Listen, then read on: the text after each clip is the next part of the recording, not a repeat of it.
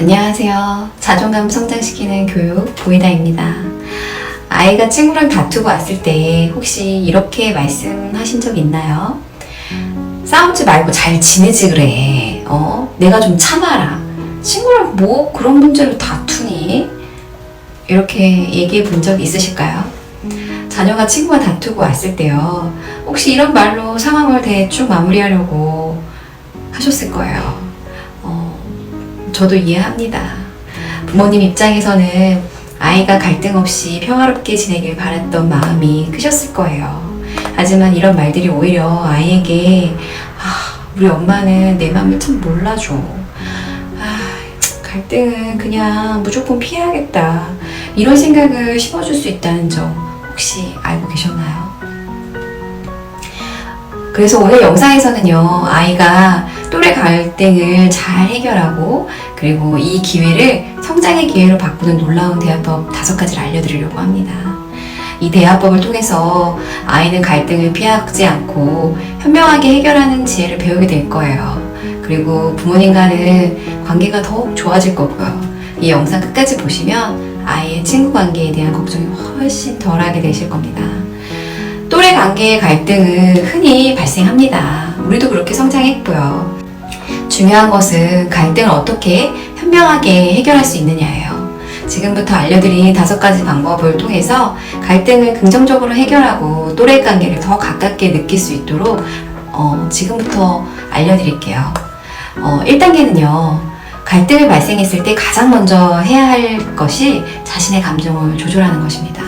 화가 나거나 속상한 마음을 잠시 가라앉히고 상대방 얘기를 주의 깊게 경청하세요. 상대방의 말이 끼어들지 않고 끝까지 듣는 것이 매우 중요합니다. 상대방의 입장에서 이해하려는 태도는 문제 해결의 시작입니다. 우리도 누군가가 내 말에 귀 기울여 줬을 때 더 얘기하고 싶고 그런 마음들이, 어려운 마음들이 해소가 되는 걸 좀 느끼잖아요. 그래서요, 친구와의 갈등을 이렇게 막 얘기했을 때요, 내가 참 속상했겠다. 그렇게 생각할 수도 있겠네. 이렇게 상대의 감정에 인정해주고, 공감을 해주시면 돼요. 깊은 얘기를 하기 위한 마음가짐이 준비됐다고 생각하시면 됩니다. 이렇게 마음이 안정됐을 때 2번째 단계로 넘어가시는 거예요. 이 단계는요, 나 전달법을 사용하시는 거예요. 상대방을 비난하는 너 전달법이 아니라 자신의 감정과 생각을 표현하는 나 전달법을 사용하시는데요. 이때는 방법이 있습니다. 나 전달법은요, 문제가 되는 상황을 먼저 비판 없이 얘기해 주시는 거예요. 예를 들면 아이가 늦었어요. 그럼 너가 늦었을 때 이렇게 객관적으로 얘기해 주시고요. 그 뒤에 어머님의 감정을 넣어 주시는 거예요.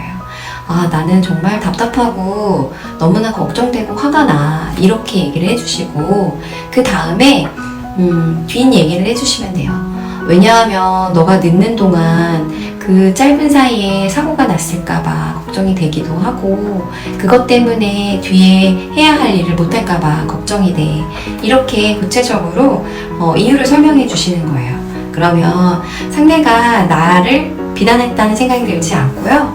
당신의 감정을 더 잘 이해하게 됩니다. 그리고 때로는요, 앞에 뭐뭐 해줬으면 좋겠어와 같은 바람이나 결과를 이야기해 주셔도 돼요. 예를 들면요, 아이가 숙제를 하지 않고 게임을 했을 때 컴퓨터 게임 좀 그만해라 라고 말하는 대신에 내가 게임을 너무 오래 해서 엄마가 속상하다. 잘 시간이 됐는데 아직 숙제를 못했기 때문에 좀 걱정돼. 앞으로는 숙제를 먼저 하고 게임을 하고 놀아줬으면 좋겠어. 이렇게 말하면 아이는 자기를 부모가 통제했다는 느낌 대신에 걱정하는구나 엄마가. 아이가 부모의 마음을 이해하고 스스로 행동을 조절하려고 노력을 합니다. 그리고 3단계는요. 문제의 핵심을 파악하시는 거예요. 갈등의 원인이 보통 겉으로 드러나는 행동보다는요. 더 깊은 곳에서 있기 마련이거든요. 왜 이런 일이 일어났을까를 함께 고민하면서 문제의 핵심을 찾아보시는 거예요. 서로의 오해가 생겨서 이런 일이 발생할 수도 있고요. 또는 서로 다른 가치관이어서 그럴 수도 있어요. 혹은 서로 서운했던 감정이 자꾸 쌓여서 그것이 원인이 되기도 합니다. 이런 과정에서 상대방에게 질문을 먼저 던지고 그리고 그거에 대한 솔직한 생각을 나누는 것이 매우 중요합니다. 그럼 4번째는요. 해결책을 함께 찾으시는 거예요. 문제가 무엇인지 찾았다면 이제 해결책을 함께 모색해야 할 차례입니다. 앞으로 어떻게 하면 좋을까? 우리 둘 다 괜찮은 방법을 찾을 수 있었으면 좋겠어. 이렇게 얘기하시고 서로의 생각을 열고 질문을 통해서 비난하지 마시고 서로 다양한 아이디어를 나눠보세요. 그리고 이런 과정에서 일방적으로 내 말이 맞다라고 주장하시면 안 됩니다. 서로 만족할 수 있는 합의점을 찾아야 되기 때문에 열린 마음으로 대화를 이끄시는 게 가장 중요합니다. 그럼 예시를 통해 알려드릴게요. 다음부터 약속이 늦을 것 같으면 미리 연락해줬으면 좋겠어. 또는 서운한 점이 있을 때 솔직하게 얘기를 하자. 대신 서로 화를 내거나 이러면 안 돼. 이렇게 얘기를 하시면서 합의점을 찾아가시면 됩니다. 그리고 5번째는요, 갈등을 해결했다고 해서 끝은 아닙니다. 갈등 후에 관계를 회복하기 위한 노력이 반드시 필요해요. 진심 어린 사과와 함께 고마움을 표현해주세요. 솔직히 이야기해줘서 고마워. 우리 관계가 더 좋아진 것 같아. 이렇게 말하면 관계는 이제부터 더 단단해지고 좋아집니다. 갈등을 피해야 할 대상이 아니라 오히려 관계를 발전시키는 아주 좋은 기회가 되겠죠. 완벽한 대화법은 존재하지 않지만 아이 감정을 존중해주고 나의 마음을 솔직히 전달하면서 상황에 맞춰서 유연하게 대처하려는 부모와 아이의 태도가 서로의 관계를 더 단단하게 만드는 가장 확실한 방법이라고 생각합니다. 오늘 알려드린 대화법을 통해서 갈등을 지혜롭게 해결하고 더 건강하고 긍정적인 관계를 만들어 가시길 바라겠습니다.